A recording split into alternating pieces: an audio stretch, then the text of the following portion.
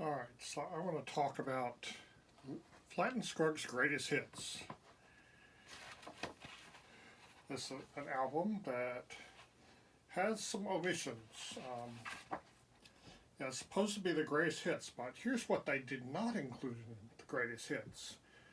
We'll Meet Again, Sweetheart, Blue Ridge Cabin Home, Careless Love, Cripple Creek, Roll in My Sweet Baby's Arms, Cumberland Gap, Dear Old Dixie, Down the Road, Foggy Mountain Breakdown, Foggy Mountain Chimes, Good Times Are Past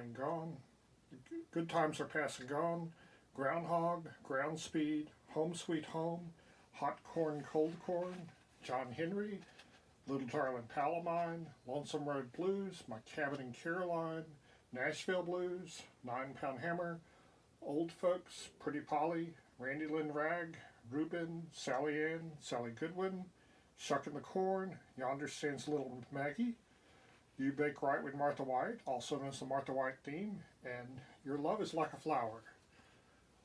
None of those songs were considered good enough to be on their greatest hits album. I'm guessing the decision about what goes on here was made by some executive who just didn't get bluegrass.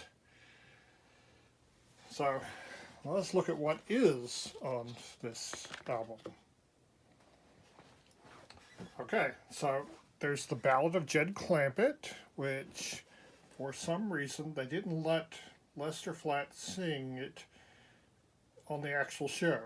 Jerry Scoggins sang it instead on the show.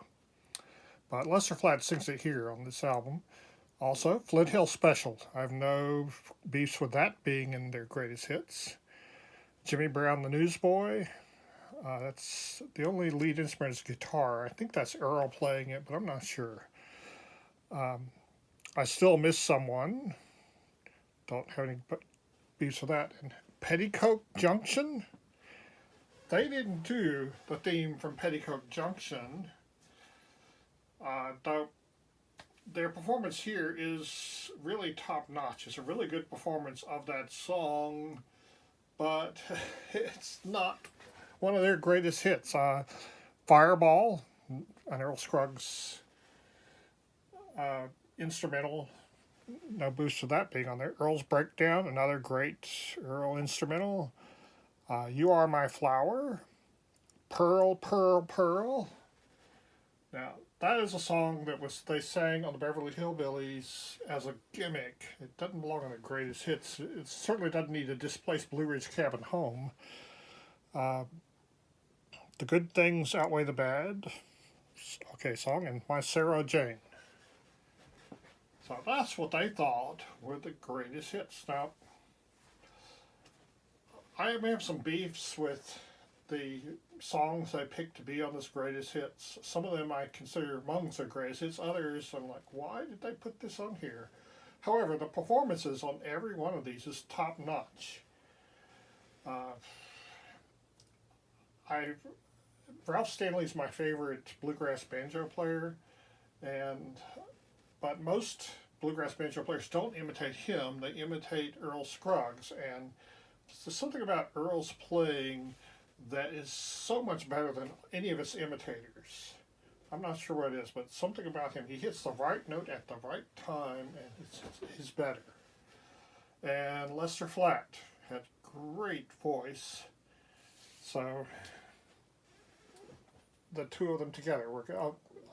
Thought of another thing that should have been on here is On Some Foggy Mountaintop.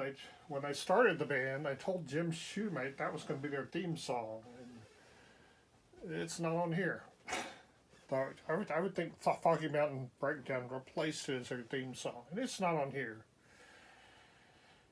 So it's great performances, some great songs, making it a must-have, because of Flint Hill Special, for example.